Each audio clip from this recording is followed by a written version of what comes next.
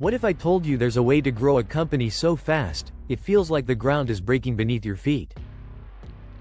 A way of scaling that isn't clean, isn't comfortable, isn't even efficient, but is so powerful that it can turn a small idea into a world-defining giant? This isn't a fairy tale. It's the brutal, exhilarating strategy behind companies like Airbnb, LinkedIn, PayPal, and Uber. Welcome to Blitzscaling, Reid Hoffman and Chris Ye's bold exploration of the high-risk, high-speed approach that separates the few who reshape industries from the many who play it safe and lose quietly. Hoffman, the co-founder of LinkedIn, doesn't talk from theory, he talks from scar tissue. Ye adds the operational clarity that makes the book feel like sitting in a room with founders who have seen things go wrong, fast, and still come out victorious.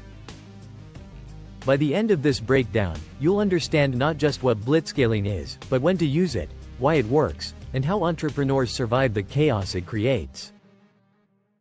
I'll also share real-life parallels and founder-style takeaways that make this more than a summary, it becomes a playbook.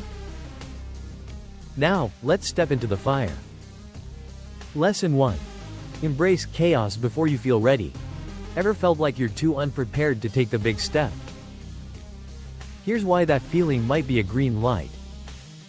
Blitzscaling begins with a counterintuitive truth. You must move faster than your ability to manage complexity. While traditional scaling focuses on efficiency, blitzscaling focuses on speed over everything. Hoffman calls this intelligent risk-taking. Instead of waiting for the perfect product, perfect team, or perfect systems, you move now. Because in winner takes most markets, speed is the only mode. But here's the beauty. This isn't recklessness, it's calculated chaos. You fix the problems on the way up, not before the climb. Practical viewpoint. Airbnb's founders once hand-delivered cereal boxes and photographed hosts' rooms themselves just to keep the platform alive. They weren't ready by any traditional standard, but speed was survival. Takeaway. Don't wait to be flawless. Be fast, be adaptive, and let readiness catch up. Lesson 2. Prioritize growth over efficiency. For now, what if the thing slowing you down isn't lack of resources, but your obsession with perfection? In blitzscaling, growth isn't one of the priorities, it is the priority. The authors stress that early efficiency is a trap. Trying to be lean and clean too soon slows momentum, scares off investors, and prevents you from capturing market share before competitors wake up. So instead of worrying about margins, you worry about mass adoption. Instead of optimizing cost, you optimize speed to dominance. Practical viewpoint. Amazon lost money for years, intentionally. Bezos famously reinvested everything into expansion, infrastructure, and customer obsession. Efficiency came later. Dominance came first. Takeaway. Let growth lead. Efficiency is a luxury for winners, not contenders. Lesson 3. Navigate the stages of scale without breaking. Ever wondered why some companies collapse just when success seems closest? Hoffman and Ye described 5 stages of scale. First your family, then your tribe, your village, your city, and finally your nation. Each stage demands different leadership, systems, and culture. The trap? Founders often cling to old habits that no longer serve the new scale. At the family stage, improvisation works. At the city stage, improvisation becomes sabotage. Blitzscaling is not just external growth, it's internal evolution. Practical viewpoint. At Facebook, Mark Zuckerberg replaced early employees, friends, hackers, loyalists, with experts who could operate at massive scale. Painful? Yes. Necessary? Absolutely. Takeaway. If you don't evolve faster than your company grows, you'll become its bottleneck. Lesson 4. Build a culture that thrives in uncertainty. Chaos doesn't break strong teams, it exposes weak ones. So how do you build teams that survive the storm? The authors emphasize hiring people who are comfortable with ambiguity, biased towards action, mission-driven, independent problem solvers. Blitzscaling cultures reward speed, ownership, transparency, and resilience. There's no room for people who need structure to function. Structure is one of the first casualties of rapid growth. Practical viewpoint. LinkedIn's early culture included strong opinions, weakly held, and be a first principles thinker. Employees weren't hired for experience.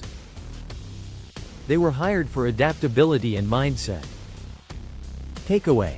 Hire for flexibility, not polish.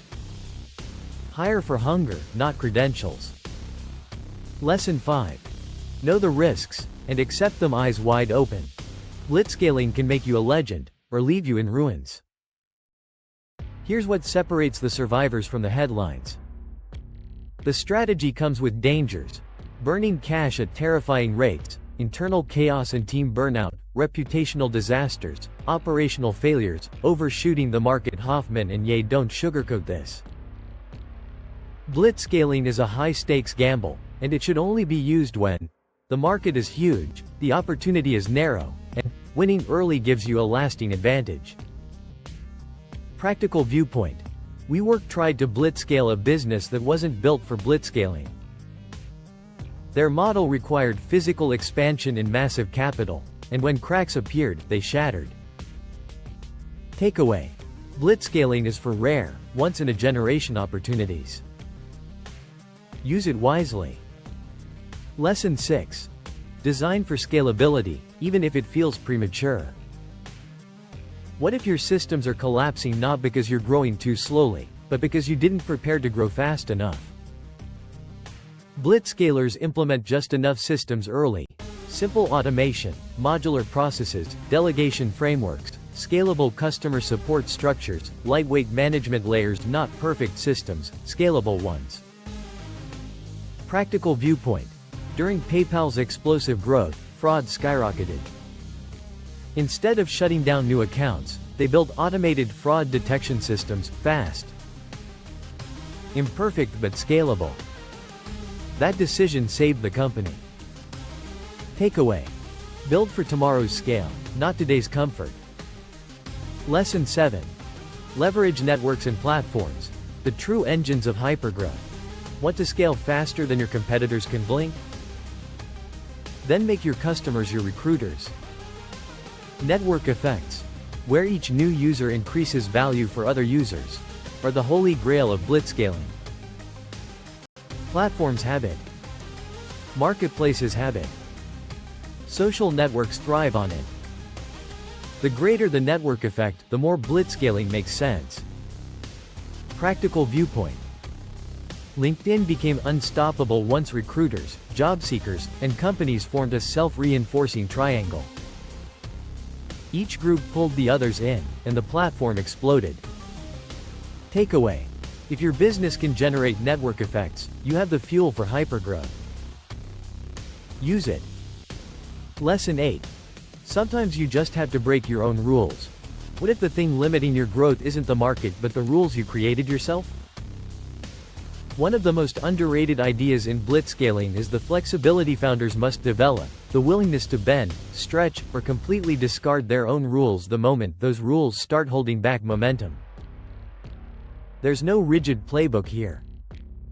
No, always do this, or never do that. Blitzscaling lives in the messy middle, where you're constantly trading one value for another and hoping you pick correctly. Maybe you sacrifice short-term culture purity to onboard people fast. Maybe you launch a scrappy product instead of the perfect one. Maybe you choose speed over protocol and deal with cleanup later. The authors make it clear. The companies that win aren't the ones with the cleanest rulebook. They're the ones who know when to rewrite it. Practical viewpoint. When Airbnb expanded internationally, they didn't wait to build a flawless localization strategy. They literally flew to Europe, met hosts one by one, translated copy themselves, and hacked together processes on the fly. That break-the-rules mentality opened the door to a global empire. Takeaway. Your rules should serve your growth, not the other way around. Lesson 9. Blitzscale responsibly. The human side matters more than you think. You can scale a product fast, but can you scale trust just as quickly? The book isn't soft, but it does slip in a quietly powerful truth. Behind all the speed, strategy, and spreadsheets, people still matter. When you're moving at breakneck pace, team morale can crack, culture can blur, and burnout creeps in through the back door. Blitzscaling doesn't mean becoming a robot. It means learning how to care in the middle of the chaos. The authors gently remind leaders that relationships are the glue that keeps fast-growing companies from flying apart. Call the extra meetings. Show appreciation more often. Admit when things are messy. Give people space to breathe. This softer side isn't weakness, it's strategic humanity. Practical viewpoint. During Netflix's aggressive scaling phase, Reed Hastings made context over control a cultural pillar. He gave teams freedom, transparency, trust, even when everything was moving too fast to manage perfectly. That human-centered approach helped Netflix grow without losing its soul. Takeaway. Scaling fast is impressive.